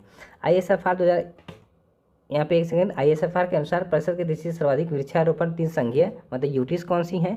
तो चंडीगढ़ है, दिल्ली है, जम्मू कश्मीर है। परसेंटेज में आप लोग देख सकते हैं लक्षद्वीप है, अंडमान निकोबार द्वीप समूह है, जम्मू कश्मीर है। यहाँ पे लिखा है ISFR इंडियन फॉरेस्ट जो इंडियन सर्वे फॉरेस्ट रिपोर्ट जो होती है उसके अनुसार कुल वृक्षावरण वनावरण क्षेत्र की दृष्टि से क्षेत्रफल में 5 बड़े राज्य हैं, मध्य प्रदेश, अरुणाचल प्रदेश, महाराष्ट्र, छत्तीसगढ़, उड़ीसा। और परसेंटेज में अगर देखा यहाँ पे लिखा है कि ISFR 2021 के अनुसार सर्वाधिक वनावरण प्रतिशत वाला राज्य या यूटी लक्षद्वीप हो जाएगा। तो ये सब डाटा आप लोग देख लीजिएगा। यहाँ पे जो मैक्सिमम चीज़ें थी मैंने वो बता दिया। अब आगे थोड़ा सा देख लेते हैं कि कह रहा है 2019 का डाटा था, ये थोड़ा सा तुलना किया हुआ है। ये देखिए थोड़ा सा ISFR 2019 के अनुसार 4 सर्वाधिक मैंग्रोव अनाचित जिले हैं, तो यहाँ पे 2019 वाला भी दिया है, ये आप लोग देख सकते हैं। ये सब थोड़ा सा आप लोग देख लीजिएगा क्योंकि बहुत सी चीज़ें हैं जो कि अगर हम बताएं तो काफ़ी लंबा वीडियो हो जाएगा और हम लंबा वीडियो करना नहीं चाहते हैं। यहाँ पे हम लोग थोड़ा सा यूपी से समझ लेते हैं क्योंकि यूपी का भी काफ़ी इंपॉर्टेंट होता है ना। तो ये देखिए ISFR के अनुसार उत्तर प्रदेश के कुल वनावरण में 14.8 जो 14 मतलब 10 कर रहा हूँ 14 लगभग 14,889 वर्ग किलोमीटर है, जो कि राज्य के कुल भौगोलिक क्षेत्रफल का कितना है? तो 6% है लगभग। इसमें अगर बात करें ISFR 2021 के अनुसार उत्तर प्रदेश के कुल वृक्षावरण में 7,421 वर्ग किलोमीटर है, जो कि राज्य के कुल भौगोलिक क्षेत्र का 3% है। और यहीं आगे देखा जाए तो ISFR 2021 के अनुसार उत्तर प्रदेश में कुल वनावरण और वृक्षावरण का क्षेत्रफल कितना है? तो 22,238 वर्ग किलोमीटर है। ISFR 2021 के अनुसार उत्तर प्रदेश में न्यूनतम वनावरण परसेंटेज वाले जिले कौन से हैं? भदोही हैं, मैनपुरी हैं और देवरिया हैं। इसको याद रखिएगा। ये क्या है? तो उत्तर प्रदेश में न्यूनतम वनावरण प्रतिशत वाले जिले हैं। अगर 2021 के अनुसार अगर हम बात करें उत्तर प्रदेश में सर्वाधिक वनावरण परसेंट वाले जिले कौन से हैं? तो सोनभद्र हो जाएगा, चंदौली हो जाएगा, चित्रकूट हो जाएगा। ISFR 2021 के अनुसार उत्तर प्रदेश में न्यूनतम वनावरण क्षेत्र वाले जिले कौन से? भदोही, मऊ, मैनपुरी, संत कबीर नगर। ISFR 2021 के अनुसार उत्तर प्रदेश में सर्वाधिक वनावरण क्षेत्र वाले जिले हैं सोनभद्र, खीरी और मिर्जापुर। वन क्षेत्र के संदर्भ में शीर्ष 3 देश हैं रूसी संघ, ब्राज़ील और कनाडा। क्षेत्रफल की दृष्टि से भारत का सर्वाधिक मैंग्रोव जो अवस्थित राज्य है वो कौन सा है? तो पश्चिम बंगाल है। आगे कह रहा है वैश्विक वन संसाधन आकलन जिसको ग्लोबल फॉरेस्ट रिसोर्स असेसमेंट कहते हैं के तहत विश्व के वनों एवं उनके प्रबंधन को नियमित निगरानी करता है संयुक्त राष्ट्र एवं खाद्य कृषि संगठन, जिसको FAO कहते हैं। हम लोग यहाँ पे याद रखिएगा। और ये थोड़ा सा चार्ट है, अगर इस चार्ट को आप लोग देखना चाहें तो देख सकते हैं। यहाँ पे स्क्रीनशॉट लेना चाहे तो ले सकते हैं। हम यहाँ पे इसको थोड़ा सा वीडियो को यहाँ पे रोके हुए हैं, आप लोग ले लीजिएगा। ये सब चीज़ें हैं। अब मैंग्रोव वन है, यहाँ पे मैंग्रोव वन का देख सकते हैं जो लेटेस्ट डाटा है यहाँ पे आप लोग पढ़ सकते हैं। फिलहाल हम लोग थोड़ा चलते हैं प्रश्न पे। देखिए आपके लिए मैंने ये सब चीज़ें पढ़ा दी, वैसे मैंने यूट्यूब पे पढ़ाया हुआ है, वहाँ से आप लोग देख सकते थे, लेकिन ज़रूरी नहीं है कि अगर वहाँ से आप लोग का देखने का मन करिए यहीं से देख लें। आइए थोड़ा सा जो प्रश्न है उसको हम लोग जल्दी जल्दी देखते हैं। तो भारत के कुल क्षेत्रफल में वनों का क्षेत्रफल कितना परसेंटेज है? तो लगभग 21% है। ये प्रश्न कब का है? तो 1991 का पुराना, इसको तो लेटेस्ट डाटा के हिसाब से देखा जाएगा। वैसे मैंने डाटा बता दिया, आप लोग देख सकते हैं। ये 2017 का प्रश्न है कि 2015, ये भी पुराना हो गया है। ये सब प्रश्न इसको बस जो मैं वो बताना चाह रहा था वहाँ से आप लोग कर सकते हैं। हाँ, अब ये प्रश्न थोड़ा सा देख लेते हैं। निम्नलिखित घटनाओं को उनके प्रारंभ काल क्रम के अनुसार व्यवस्थित करना है। तो वन्य जीव संरक्षण अधिनियम, जैव विविधता अधिनियम, प्रोजेक्ट टाइगर, प्रोजेक्ट आपका हाथी। तो डेट लिख देते हैं। प्रोजेक्ट हाथी 1992 है, 1992 में आया था, 1973 में आया था। क्या टाइगर प्रोजेक्ट आपका। जैव विविधता 2002 है और वन्य जीव संरक्षण अधिनियम 1972 है। अब आप लोग इसको नहीं कर लेंगे, बताइए 2019 में और 2020 दोनों में पूछा हुआ, यूपीपीसीएस प्री में ही। कितना इंपॉर्टेंट प्रश्न है ये। भारतवर्ष का कितना भूभाग जंगल है, तो भारतवर्ष का लगभग 2010 की बात करें तो उस समय इतना जंगल रहा होगा। उपग्रह सर्वेक्षण से एकत्रित आंकड़े के अनुसार भारत के क्षेत्रफल का कितना प्रतिशत भाग वनों से ढका हुआ है, लगभग 19%। ये सब पुराने डाटा देखिए, 2021 की बात यहाँ कर रहे हैं, 2021 से मतलब 21 आप लोगों ने पढ़ लिया था। अब हम लोग इसको क्या करते हैं, देखिए डाटा जो होगा ना, डाटा ये जो चैप्टर होता है पूरा डाटा के हिसाब से पढ़ा जाता है। तो इसलिए इसके जो प्रश्न होंगे पुराने प्रश्न हैं, तो अब ऐसी बात है, थोड़ा सा नए डाटा के हिसाब से हमको इसको देखना पड़ेगा। तो इसलिए हम लोग क्या करते हैं, यहाँ के प्रश्न को छोड़ते हैं, क्योंकि प्रश्न आपके वैसे ही प्रश्न होंगे जो कि डाटा के हिसाब से होंगे, और डाटा आप लोग को पता होगा तो आप लोग आसानी से ये प्रश्न कर ले जाएंगे। तो चलिए फिर हम लोग चलते हैं अगले टॉपिक पे, देखते हैं, क्योंकि यहाँ पे डाटा वाले प्रश्न है। अब आ गया आयुष्मान व विभिन्न जो संकटापन जातियाँ हैं। तो आइए पढ़ लेते हैं इसको। जैसे कि आप लोग को पता होगा कि आयुष्मान क्या करता है, तो आयुष्मान के बारे में थोड़ा सा यहाँ पे पढ़ लेते हैं। तो देखिए आयुष्मान की बात करें तो आयुष्मान जो है एक अंतर्राष्ट्रीय प्राकृतिक संरक्षण संघ प्राकृतिक संसाधनों के लिए समर्पित एक अंतर्राष्ट्रीय संगठन है। संगठन को घोषित लक्ष्य विश्व के सबसे निकट पर्यावरण और विकास संबंधी चुनौतियों के लिए व्यावहारिक समाधान खोजने में सहायता करता है। आयुष्मान की स्थापना देखा जाए तो 1948 में की गई थी। इसका मुख्यालय जेनेवा के निकट ग्लैंड में, जो कि स्विट्जरलैंड में पड़ता है, स्थित है। आयुष्मान द्वारा जारी की जाने वाले लाल सूची से संकटग्रस्त पौधे और जो पशु हैं प्रजातियाँ उनके बारे में जानकारी प्राप्त होती है।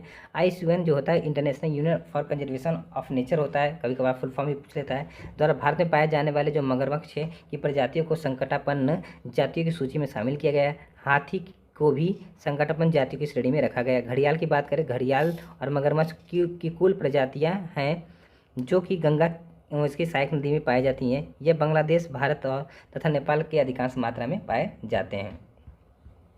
आगे लिखा है घड़ियाल का वैज्ञानिक नाम क्या होता है, तो इसका नाम है गैविलिस आपका गैंगेटिकस। घड़ियालों की ज़्यादातर संख्या भारत के चंबल नदी एवं गिरवा नदी में पाई जाती है। आईयूसीएन ने घड़ियाल को अति संकटग्रस्त अर्थात क्रिटिकली इंडेंजर की श्रेणी में रखा है। लेदर बैक टर्टल एवं अनुपम मृग जिसको बारहसिंघा कहते हैं संकटापन की श्रेणी में आते हैं। खराई ऊँट जो होता है जो कि गुजरात में पाया जाता है, यह एक समुद्र जल में 3 किलोमीटर तक तैरने में सक्षम होता है। यह मैंग्रोव की चराई पर जीते हैं। इन ऊँटों को संकटग्रस्त प्रजाति इंडेंजर्ड स्पीशीज घोषित किया गया है। हालांकि करनाल हरियाणा में स्थित national bureau of animal genetic resources ने खराई ऊँट को भारत में पाई जाने वाले ऊँट की 9वीं प्रजाति के रूप में मान्यता दी है। आगे बता रहा था कि मालधारी समुदाय की जो आजीविका है इन्हीं ऊँटों पर निर्भर करती है। कौन सी, तो एक मालधारी आपका समुदाय पाया जाता है। व्हेल शार्क भारत की नहीं है, पूरे विश्व की सबसे बड़ी मछली है। यह लगभग 50 फीट लंबी हो सकती है। व्हेल शार्क ऑस्ट्रेलिया एवं अफ्रीका के तट पर प्रवास करती है, किंतु प्रत्येक वर्ष मार्च से मई माह के दौरान बड़ी संख्या में व्हेल शार्क भारत के गुजरात तट पर आती हैं। यह समय व्हेल शार्क की गर्भावधि के लिए जाना जाता है। गुजरात तट आने वाली इन व्हेल शार्कों की सुरक्षा हेतु वर्ष 2004 में एक कार्यक्रम प्रारंभ किया गया था। स्पाइडर वानर की बात करें तो स्पाइडर वानर जो होता है ये उष्णकटिबंधीय जलवायु क्षेत्रों में पाया जाने वाला एक आपका जीव है। यह मुख्यतः मध्य एवं दक्षिण अमेरिका के सदाबहार वनों में पाए जाते हैं। उल्लेखनीय है कि विभिन्न वन जंतुओं की संख्या के आकलन के लिए एक आपका ऐप यहाँ पे लिखा एक मतलब पग मार्क तकनीक जो होती है, पग मार्क तकनीक का प्रयोग किया जाता है। इस तकनीक में पशुओं के पद चिन्हों की सहायता से उनकी पहचान की जाती है। विभिन्न वन्यजीव प्राणी और उनके वैज्ञानिक नाम आप लोग यहाँ से देख सकते हैं। जैसे कि कभी कभार पूछता है, नीलगाय इंपॉर्टेंट है, कई बार एग्जाम में पूछा है, तो इसका जो आपका वैज्ञानिक नाम है वो है क्या, बोसलाफस ट्रैगोकेमेलस, इसको याद रखिएगा। और चिंकारा का भी कभी कभी पूछ लेता है, गजेला बेनेटी, ये सब याद रखिएगा। अब हम लोग प्रश्न देखेंगे भारत की सबसे बड़ी मछली कौन सी है, तो भारत की सबसे बड़ी मछली हो जाएगी व्हेल शार्क, जो कि 50 फीट तक क्या होती है, लंबी होती है। यहाँ पे लिखा है 50 फीट तक लंबी हो सकती है और गुजरात के तट पे आती है, इसलिए 2004 में एक प्रोग्राम चला गया था। कैरागेवेलियस घड़ियाल बहुतायत में पाए जाते हैं। कहाँ पे पाए जाते हैं, तो यहाँ पे देखा जाए तो ये पाए जाते हैं गंगा में। कह रहा भारत के निम्न प्राणियों पर विचार कीजिए, मगरमच्छ और हाथी, इनमें से कौन संकटापन्न जो जाति है उनमें शामिल है, दोनों ही शामिल है भैया। पगमार्क तकनीक का प्रयोग किया जाता है, तो पगमार्क तकनीक जो होती है विभिन्न आपके जो वन्य जंतु उनकी जनसंख्या के आकलन के लिए किया जाता है। यूपीपीसीएस 2008 में पूछा हुआ प्रश्न है।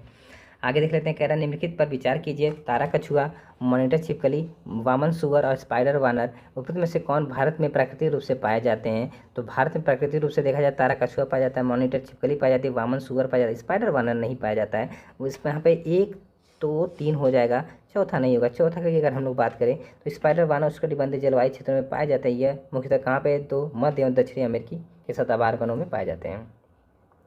सूची को सूची 2 से सुमेल करना। कुछ वैज्ञानिक नाम जैसे कि आपको हमने बताया था, तो नील गाय सबसे बड़ा नाम क्या था, तो यहाँ पे सबसे बड़े नाम पे चाहिए बोसलाफस ट्रैगो केमेलस, यही था। तो आपका ए पे डी है कहीं, तो डी पे 1 है कहीं, डी पे 1 तो 2 जगह है। चलिए कोई बात नहीं, फिलहाल हम लोग यहीं से देख लेते हैं। तो यहाँ से देखा जाए तो आप लोग देख सकते हैं कि एशियाई जंगली जो गधा है इसका नाम इक्कस क्या है, तो इसका नाम इक्कस हेमियोनस। बारहसिंगा का नाम है, यहाँ पे देख सकते हैं। चिंकारा का नाम गजेला बेनेडी बताया था। नीलगाय का नाम क्या था, तो बोलोस्टाफस, आपका ट्रेगो केमेलस देख सकते हैं। निम्नलिखित भारतीय प्राणी जात पर विचार कीजिए, घड़ियाल, चर्मपीठ, कुर्म, लेदर बैक टर्टल कहते हैं अनूप मृग। कह रहा है उपरोक्त में से कौन से संकटपन की कैटेगरी में शामिल हैं, तो देखा जाए तो तीनों ही शामिल है, आपका सी आंसर हो जाएगा। यदि आप घड़ियाल को उनके प्राकृतिक आवास को देखना चाहते हैं तो निम्नलिखित में से किस स्थान पर जाना सबसे सही होगा। भितरकनिका, चंबल या फिर पुलिकट झील या फिर दीपा, तो चंबल नदी में जाएंगे, वहाँ पे काफ़ी घड़ियाल के प्राकृतिक आवास पाए जाते हैं। तो यहाँ पे बी आंसर हो जाएगा। कह रहा है भारत में पाई जाने वाली नस्ल खराई ऊँट के बारे में क्या अनूठा है, तो ये समुद्र जल में 3 किलोमीटर तैरने में सक्षम होते हैं, बिल्कुल सही है। मैंग्रोव की चराई पर जीवित रहते हैं, ये भी सही है। ये जंगली होता है और पालतू नहीं बनाया जा सकता, नहीं भैया, इन पे आपका एक समुदाय जो होता है इन पर निर्भर होता है। फिलहाल 1 और 2 सही है, यहाँ पे 1 और 2 सही आप लोग देख सकते हैं। खराई ऊँट के बारे में प्रश्न कभी कभार बन जाता है, तो खराई ऊँट जो होता है ये गुजरात का जो कच्छ वाला क्षेत्र है वहाँ पाए जाते हैं। ये समुद्र जल में 3 किलोमीटर तक तैरने में सक्षम होता है। ये मैंग्रोव की चराई पर क्या होते हैं, तो निर्भर होते हैं। इन ऊँटों को संकटग्रस्त तथा इंडेंजर्ड स्पीसीज में शामिल किया गया है। हालांकि करनाल हरियाणा स्थित जो आपका है इनको क्या कहता है, तो ऊँटों की एक नई प्रजाति मानता है। यहाँ पे एक मालधारी समुदाय है जो इनकी मालधारी समुदाय की जो आजीविका होती है इन्हीं पर निर्भर करती है। वन संपदा संरक्षण और संबंधित भारतीय प्रयास देख लेते हैं। तो यहाँ से इसको थोड़ा सा देख लेते हैं, इसको प्रश्न उत्तर के माध्यम से हम लोग देखेंगे, क्योंकि प्रश्न उत्तर में काफ़ी अच्छी चीज़ें दी गई होंगी। चलिए, तो पहला प्रश्न आपका है कि भारत के किस राज्य में सर्वप्रथम मुख्यमंत्री जन वन योजना का प्रारंभ किया गया, तो ये हो जाएगा आपका झारखंड। ऐसे फैक्चुअल प्रश्न तो इनको ऐसे याद किया जा सकता है। निम्नलिखित राज्यों में से किसके द्वारा अपना वन अपना धन योजना प्रारंभ की गई है, तो अपना धन अपना वन जो योजना ये हिमाचल प्रदेश की, आपका सी आंसर हो जाएगा। अगला, झारखंड राज्य में जंगलों को सुरक्षित वन के रूप में वर्गीकृत की उल्लेखन करने का उद्देश्य क्या है, तो ये हो जाएगा अगर आंसर देखा जाए इनमें से कि झारखंड राज्य में जंगलों को सुरक्षित वन के रूप में वर्गीकृत करने का उद्देश्य क्या है, तो उद्देश्य आपका यहाँ से देख सकते हैं क्या है, तो ये उद्देश्य आपका यहाँ से हो जाएगा बिना अनुमति सभी गतिविधियों पर प्रतिबंधित, मतलब ये हो जाएगा। आइए थोड़ी सी व्याख्या देख लेते हैं यहाँ पे। तो व्याख्या में लिखा है झारखंड राज्य में वनों को 3 श्रेणियों में वर्गीकृत किया गया है, सुरक्षित तथा अवर्गीकृत, और राज्य में सुरक्षित वनों में बिना अनुमति के सभी गतिविधियां निषिद्ध हैं।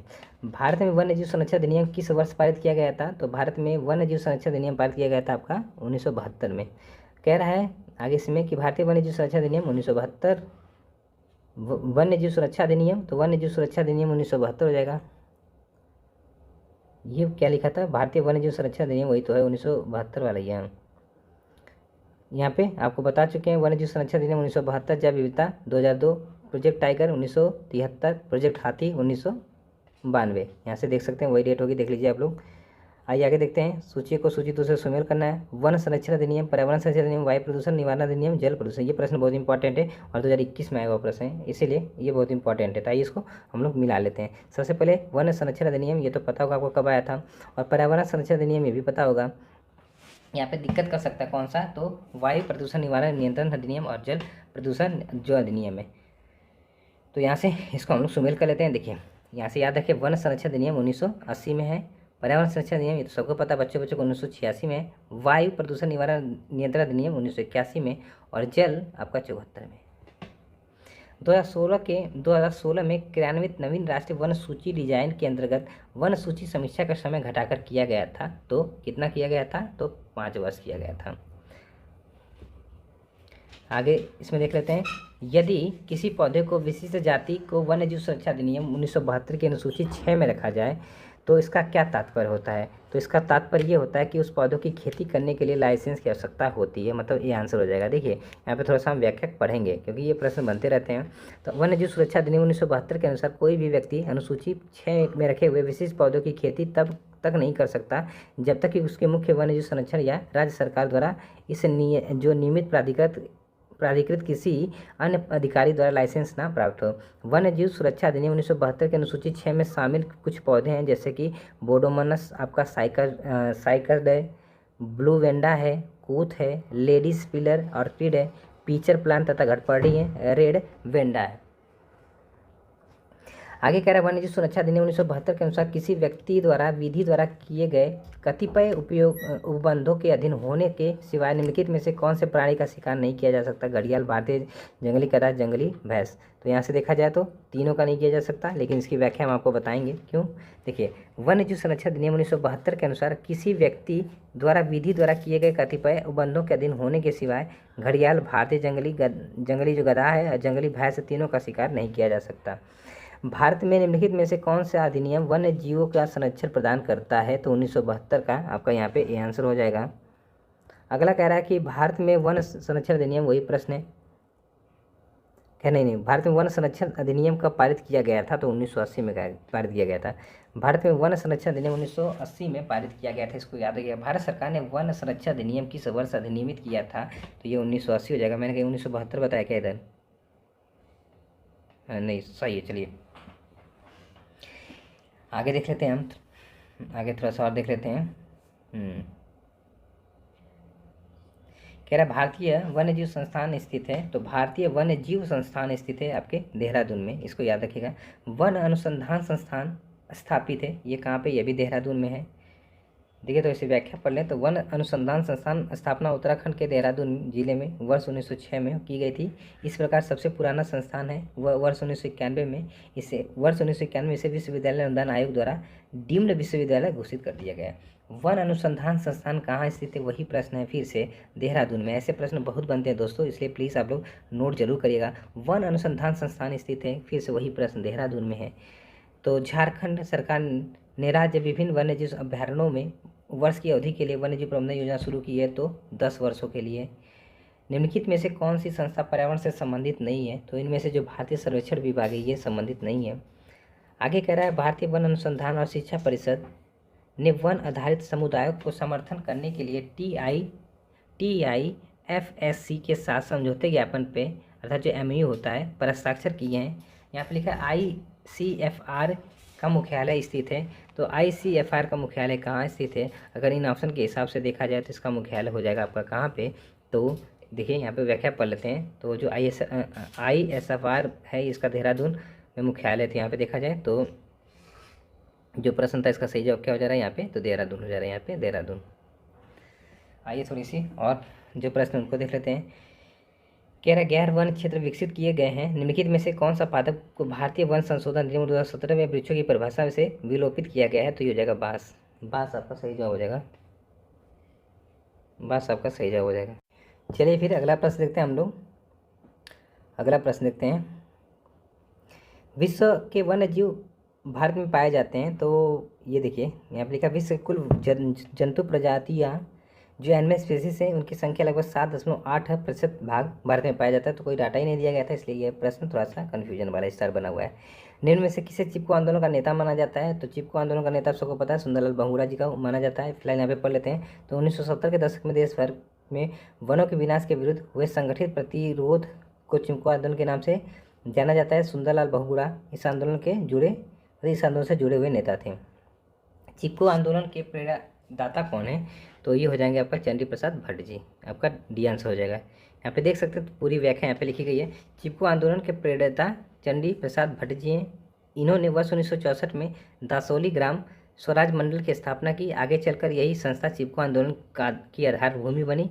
वर्ष 1973 में वनों की कटाई को विरोध स्वरूप चिपको आंदोलन की शुरुआत की गई। इस आंदोलन के सहकर्ता सुंदरलाल बहुगुणा ने भी इस आंदोलन में महत्वपूर्ण भूमिका निभाई थी। चिपको आंदोलन मूल रूप से किसके विरुद्ध था। तो ये आप सब देख सकते हैं किसके विरुद्ध था, तो वन की कटाई के विरुद्ध था। चमोली के रैडी गांव में किसके नेतृत्व में वन कटाई के विरुद्ध एक आंदोलन चला गया था? तो ऑब्वियस सी बात है, यहाँ पर आप लोग देख सकते हैं कौन सा हो जाएगा, क्योंकि यहाँ पे नाम तो काफ़ी ज़्यादा व्यक्ति को दिया गया है, तो यहाँ पे देख सकते हैं क्या हो जाएगा। तो वर्ष 1974 में वन विभाग ने जोशीमठ के रैडी गांव में लगभग 680 हेक्टेयर जंगल को नीलाम कर दिया। तब गौरा देवी के नेतृत्व में सैकड़ों तादाद में महिलाओं ने पेड़ों से चिपककर वन कटाई का विरोध किया। राजीव गांधी वन्यजीव संरक्षण पुरस्कार दिया जाता है, तो यह दिया जाता है आपका तीनों में। National bureau of plant genetic resources स्थित है, तो ये स्थित है नई दिल्ली में। अमृता देवी स्मृति पुरस्कार जिसके लिए दिया जाता है वो है क्या? तो वो हो जाएगा वन एवं वन्य जीवों की सुरक्षा के लिए दिया जाता है। नेपाल एवं भारत वन्य जीव संरक्षण प्रयासों के रूप में सेब नामक एक नया संगठन प्रारंभ किया गया है। सेब का उद्देश्य है संरक्षण करना किसका? गिद्ध का, टाइगर का, तोते का या फिर हाथी का? तो ये हो जाएगा टाइगर का, इसे याद रखिएगा, अच्छा प्रश्न है ये। कह रहा है प्रत्येक वर्ष कतिपय विशिष्ट समुदाय एक जनजाति है पारिस्थितिक के रूप से महत्वपूर्ण मास भर चलने वाले अभियान या त्यौहार के दौरान फलदार वृक्षों की पौध का रोपण करते हैं। निम्नलिखित में से कौन से समुदाय या जनजाति हैं? तो ये हो जाएंगे गोंड और कुर्क जनजाति, गौड़ और कोरकू जनजाति, इस बात को याद रखिएगा। निम्नलिखित कथनों पर विचार कीजिए। भारतीय पशु कल्याण बोर्ड पर्यावरण संरक्षण अधिनियम 1986 के अधीन स्थापित है। राष्ट्रीय बाघ संरक्षण प्राधिकरण एक सांविधिक निकाय है। राष्ट्रीय गंगा नदी ध्रुवी प्राधिकरण की अध्यक्षता प्रधानमंत्री करते हैं। कोड की सहायता से आपको सही उत्तर का चयन करना है, तो यहाँ पे 2 और 3 सही हो जाएगा। आइए देखते हैं कैसे आपका यहाँ पे सही हो रहा है। तो देखिए, अगर हम लोग तो इसे व्याख्या पढ़ें तो भारतीय पशु कल्याण बोर्ड देश के पशुओं के कल्याण को बढ़ावा देने तथा पशु कल्याण जो कानून है उन पर एक सांविधिक सलाहकारी निकाय है। इसकी स्थापना पशु क्रूरता निवारण अधिनियम 1960 के तहत की गई है और इसके अनुच्छेद 14 के तहत की गई है। अतः कथन एक असत्य है। राष्ट्रीय बाघ संरक्षण की बात करें तो ये प्राधिकरण पर्यावरण वन एवं जलवायु परिवर्तन मंत्रालय के अंतर्गत एक सांविधिक निकाय है, अतः दूसरा कथन आपका सही है। इसी में आगे जो ये लिखा है कि दूसरा तो सत्य हो गया, ये देख लेते हैं। केंद्र सरकार के अधिसूचना के द्वारा 20 फरवरी 2009 को राष्ट्रीय गंगा नदी बेसिन प्राधिकरण की स्थापना की गई।